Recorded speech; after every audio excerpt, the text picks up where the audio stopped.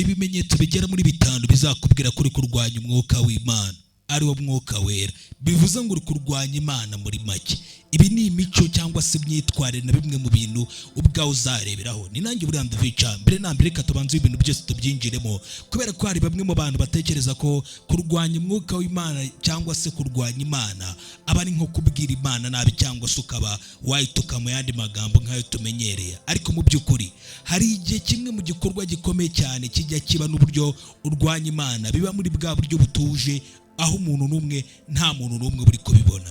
Birashoboka ushoboye kuba uri kuririmba muri korari ukavuga n'indimi nyinshi, ariko ibyo bintu byose nubwo bikora ukaba n'ubundi uri gusunika umwuka w'Imana ukaba uri kuwukira kure yawe buri uko usenze buri gihe. Hari imwe mu mico, hari imwe mu myitwarire n'amahitamo mato matagenda afunga imiryango ndetse agafunga n'ijwi ry'umwuka wera mu gihe ibiganza byawe byo bikiri mu guhimbaza Imana. Niba rero ubuzima bwemwe bwo mu buryo bw'umwuka wumva busa nkaho bwamaze gusubira inyuma, ugatangira kumva usa nkaho wamaze gucanganyukirwa, ushoboye kumva ugize isoni, ndagira ngo ugumane nanjye muri iki kiganiro, kubera ko birashoboka ko bino bintu byabaye byose bishobora kuba ariyo mpamvu ibyo bintu ushoboye kuba kano kanya uri kumva ibintu byose tubyinjiremo. Muri iyi video nibyo tugiye kuba twaganiraho nka kuhishurira bimwe mu bintu bigera muri 7 bikwereka uburyo buri munsi wari urwanya umwuka w'Imana. Reka dutangire rero icyambere. Uburyo bwa mbere rero urwanya umwuka w'Imana ni ukuba buri munsi uhora wirengagiza kwemezwa ibyaha, ibizwi nka conviction, kwemeza ibyaha. Uburyo bwa mbere umwuka wera abasha gukora mu buzima bwacu ntabwo ajya duhatiriza kugira ngo tugire ikintu dukora, ahubwo iyo ugiye kuba wakora ikintu kibi hari igihe azagukora ku mutima wawe akakubwira ko udafite kubikora, ariko nukomeza guhatiriza kubikora azakoreka. Ndetse ikindi ibyo bizamubabaza kubera ko umwuka wera ntabwo usakuza. Inshuro nyinshi umwuka wera uzaza muri ya majwi mato bataza mu mutima wacu atubwira kureka ibintu. Birashoboka ko umwuka wera ashoboye kuzaza atari buhite akakubwira ngo reka ikintu, ariko ndegera nkubwire ngo ushoboye kuzakora icyo cyaha ariko umwuka wera akakwemeza ko ugomba no kukihana. Rero iyo wumvishije kukubwira muri wowe mu mutima wawe ukumva ko ugomba kwihana icyo cyaha no kukwemeza kugihunga ariko ugakomeza kubyirengagiza, aha ntabwo uri gukora ikosa ryoroshye cyane, ahubwo hano uri gutoza umutima wawe guhora buri munsi asuzugura umwuka wera. Inshuro ya mbere, inshuro ya kabiri bizagera urwego noneho utazaba ukibasha kumva ijwi rye. Ibi bizwi cyane nko kuba waramaze gufunga umutima wawe ukawudadira rimwe na rimwe. Rero iyo ukoze ikintu kibi ntumve ko hari ikintu kibi wakoze, ibi ni ukubera ko icyo kintu ntabwo ibyo biba kubera ko icyo kintu ari cyiza, ahubwo birashoboka ko wamaze kwica umutima wawe ku buryo utabasha kumva guhanwa k'umwuka wera ngo utangire kumva umwuka wera ubwo ari kuguhana. Mu gitabo cya Yohana ibice 16 umurongo wa 8 haravuga ngo Yesu Kristo ngo umwuka wera naza azabemeza iby'ibyaha byanyu, ubwo azaza azatsinda ab'isi, abemeza iby'ibyaha byabo n'ibyo gukiranuka n'iby'amateka. Rero umwuka wera ni ukwemeza iby'ibyaha byawe ukumva ko wakosheje, kandi n'ubwo wakosheje ukumva ko ukeneye kwihana. Ibi bintu rero bikomeje gusa nkaho ubisuzugura, umutima wawe uragenda ukarushaho gukonja. Buri gihe cyose urushijeho gukomeza gucecekesha uko kwemezwa kw'ibyaha byawe kugira ngo ubyihane, uba uri gufunga volume, uba uri gukuraho volume cyangwa se uri kugabanya volume y'ijwi ry'Imana riba riri kukongora mu buzima bwawe kugira ngo wihane ugarukire Imana. Ibyo bizaza igihe buri munsi uzaba utakiri kumva ijwi ry'Imana. Ibi ni nayo mpamvu nyuma y'igihe kinini ushoboye kuzisanga ubwawe usigaye gukora ibintu bibi ariko kumva nta nkomanga wigera ku mutima cyangwa se nta guilty, nta kintu wishinja ku mutima. Rero iyo umaze kuba wakora ibyaha ugatangira kumva ntacyo bigutwaye kandi mbere warumvaga wakoze icyaha, ibyo bizakubwira ko n'ubundi urwanya umwuka w'Imana, urwanya umwuka wera. Ubundi buryo bwa kabiri urwanya umwuka wera ni ugukunda amakuru uhabwa. Yuko nguko ukaba wakunda guhanwa n'umwuka wera, ugakunda amakuru ariko ukanga guhinduka. Uzabona abakristo benshi bakunda ibyanditswe, sermons, ibyanditswe, bagakunda amapodcast n'ibi biganiro nk'ibi ngibi mbahereza, ariko umwuka wera wakubwira ngo hindura imico yawe ukabyanga.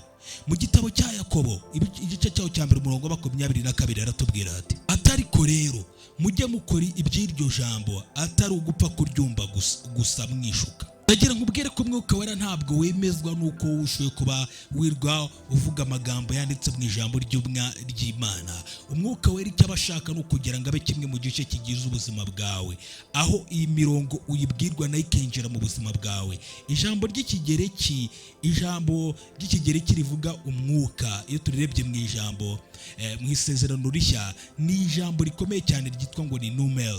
Risobanuye ngo ni uguhumeka cyangwa se umuyaga. Ntabwo ari umuyaga uyu nguyu uba waragenewe uyu mwiga usanzwe, ahubwo ni umuyaga utwara ibintu.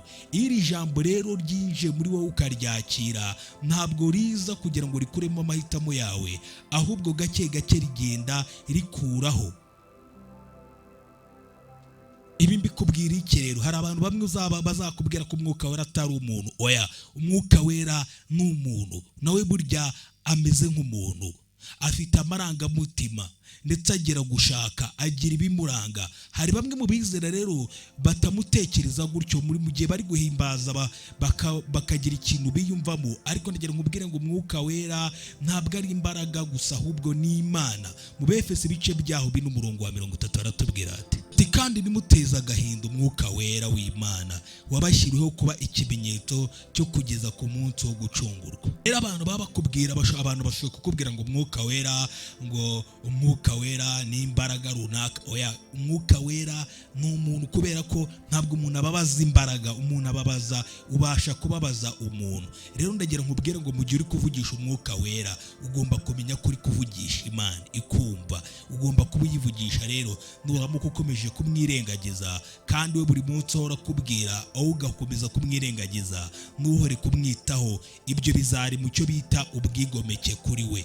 Tekereza nawe, uramutse ubana n'umuntu, uwo muntu ntujye uvugana nawe, ahubwo buri munsi buri munsi uba umukeneyeho amafaranga yo kugira ngo ukodesha ahantu uri kuba. Uko niko abantu benshi bafata umwuka wera, bawukeneyeho ibintu ariko ntabwo bakeneye kuvugana nawo no kugira ngo bawubahe.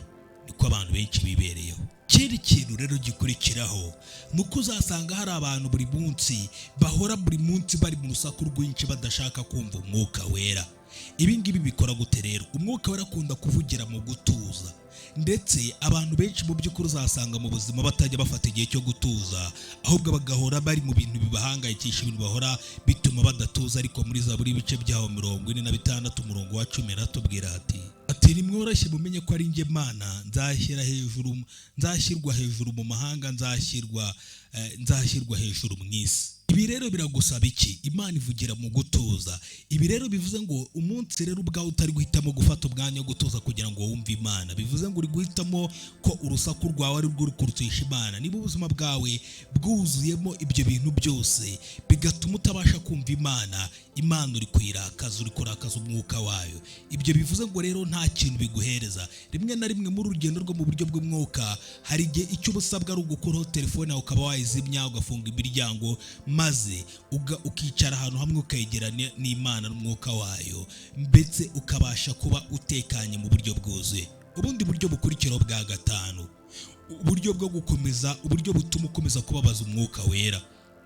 Ubundi buryo ukoresha, abantu babamo imico bakoresha igatuma babaza umwuka wera, gukomeza kugira inzika no kutababarira. Umwuka wera urera kandi uhindura umutima wawe ukoroha. Ntabwo ari umutima rero wuzuye umwijima ndetse uwo kuba wararakariye umuntu n'inzika. Mu Befeso ibice byaho 1:31-32 haratubwira ati gusharira kose n'uburakari n'umujinya n'intonganya no gutukana hamwe n'igomwa ryose bibavemo, mugirirane neza, mugirirane imbabazi, mubabarirane ibyaha nk'uko Imana yabababariye muri Kristo Yesu. Ngibi bikubwire kubera ko kugira ubusharire no kutababarira byubaka urukuta rukomeye ku mutima wawe. Umwuka wera rero uzakomeza kuvuga, ariko urwo rukuta rukomeze rufunge amatwi yawe ku buryo utabasha kumva ibyo umwuka w'Imana kubwira. Birashoboka ko wakomeza gusenga ariko ukajya wumva nta ntege, nta mbaraga. Birashoboka ko wakomeza gusoma Bibiliya ariko ugatangira kumva bisa nkaho bikuremereye ndetse imiryango ifunze. Rero uhisemo kubabarira, ntabwo ibyo ari intege nkeya, ahubwo aho ngaho uri gukora icyumba cyo kugira ngo umwuka w'Imana utangire gukorera muri wowe. Ubundi buryo bwa gatandatu ubasha kubabaza umwuka wera ubu ni ukwishingikiriza ubwenge bw'abantu kugira ngo wishingikirize kuyoborwa n'umwuka ndetse w'Imana no kuyoborwa nayo. Abantu benshi bizera, uzabona abantu benshi ko hari abantu bizera umwuka wera ndetse mu buryo bwo kubwiriza, ndetse ukabona hari n'abantu benshi mu by'ukuri bamwe batabyitaho. Ariko nigera nkubwire ngo mu buzima bwacu ubundi imyanzuro dufata ikwiye kuyoborwa n'umwuka wera, kubwiriza n'indirimbo n'ibintu byose tugomba gukora tukayoborwa nawo. Ariko uzasanga hari abantu bifatira imyanzuro yabo ku giti cyabo. Mu gitabo cy'ijambo ry'Imana turabibwirizwa neza ko muri Yohana 16:13 Yesu Kristo aratubwira ati, ubwo umwuka w'ukuri azaza azabayobora mu kuri kose, kuko atazavuga kubwe ahubwo azavuga ibyo azumva n'ibyo azavuga, kandi azababwira ibyenda kubaho. Ibi tubibwirijwe iki? Kubera ko umwuka w'Imana niwe uzatuyobora muri byose, mu mibanire, mu mafaranga, mu mirimo dukora, mu bubwiriza butumwa, mu muryango, muri buri kimwe cyose tugomba kuyoborwa nawo. Ijambo ry'ikigereki kuyoborwa, guide, byitwa ngo ni hideyo, bisobanuye ngo ni ukuyoborwa, Imana ikakwereka inzira. Iyo uvuze ngo rero ngo ibintu byawe ni wowe uzabyitaho, ibi ngibi uba wibeshya cyane, kubera ko Imana nibasha kwita ku byitore. Ushobora kuvuga ngo Imana yita ku byitorero gusa, uba uri kugabanyamo ubuzima bwawe ibice, kandi umwuka w'Imana ntabwo uyobora ibice, ahubwo uba ushaka umwuka wera uba ushaka kwigarura ibice byawe byose by'umubiri wawe wose n'ibice byose bigize ubuzima bwawe bwose, kuko byose bigengwa n'Imana. Ibi ugomba kubimenya, wigabanyamo Imana ibice byose irabigenga. Ubundi buryo bwa karindwi ubabazamo umwuka w'Imana ni ugucecekesha no gusuzugura impano z'Imana ngo zigaragare. Hari bamwe mu bizera uzasanga bafite ubwoba, ibyo rikabikosa cyane, bituma banga imbaraga n'ibitangaza n'imirimo Imana ikora. Hari abantu basuzugura imirimo y'Imana. Abatesalonike ba mbere 5 umurongo waho wa 19 tukagera kuri 20 ati, nimukazimye umwuka w'Imana kandi ntimugahinyure ibihanurwa. Iri jambo ryo kuzimya iyo turishyize mu kigiriki ni ijambo bita ngo ni sponimi, bisobanuye ngo ni ukuzimya, ukazimya umuriro mu buryo bwuzuye. Hari rero uzasanga hari abantu tujya tubwirizwa ko hari itegeko ryatubwirijwe ko tugomba kugerageza imyuka yose tukamenya niba ituruka ku Uwiteka. Ariko ndagira nkubwire ngo ubwoba ntabwo ari umwuka w'ubushishozi. Rero iyo utangiye gusuzugura, ugatangira no kunegura ubuhanuzi n'indimi z'umwuka n'amahishurirwa n'amayerekwa, ndetse ugahinyura ibikorwa by'Imana, aho ngaho uri kubona ibindi bintu mu bundi buryo, kuko bizarangira n'ubundi uri kurwanya iby'Imana iri gukora. Ikiri hano ntabwo ari ukwanga imbaraga z'umwuka wera, ahubwo ikiri hano ni ukwemerera ijambo ry'Imana kugira ngo ari ryo ribasha gukora imirimo yabo. Hanyuma nanyu muzasanga hari abantu barwanya umwuka wera, ukabona bari kuwurwanya, ari nabyo byaha bikomeye cyane. Rero ibi bintu byitondere inshuti. Hari ikintu cyiza uzakora mu buzima, ni ukwihana kugira ngo ufungure imiryango y'ibyari bifunzwe. Umwanya uvuze ngo mwuka wera umbabarire, narakwirengagije, nyigisha kugira ngo nkumvire, mbashe kukubaha, mbashe kugusubiza. Data wa twese ndagushimiye kuko ukomeje kubana nanjye. Ntabwo umwuka wera azakurakarira nuramuka usenze mu isengesho ryawe uvuga gutya, kubera ko abantu bihannye arabababarira, kuko aca bugufi, arihangana, yiteguye kukuyobora kandi akakuyobora mu nzira zawe zose. Umwuka wera ntabwo akeneye ko ugomba kuvuga ngo hisuba intungane, ahubwo nuko ugomba guca bugufi kano kanya ugahita wihana, ndetse ugahagarika kumurwanya, ahubwo ukajya umwitaba. Ndetse ahangaha uzatangira kubona ubuzima bwawe butangira guhinduka, bukava mu rwego wari urimo bukarushaho guhinduka kuruta uko mbere wari uhari. Byari by'umunsi wari ufite. Rero wizemo irihe somo muri ibi bintu byose nkubwiye bigera muri 7? Duhe ubuhamya bwawe muri commentaire. Buriya nduhica n'ugenda udakoze like kandi udashima Imana, uvuge ngo Mwami Yesu ndagushimiye kubwo mwuka wawe wera. Mwuka wera ndagushimiye, ibi nabyo ntugenda utabivuze kandi ubikuye ku mutima. Imana ibahe umugisha.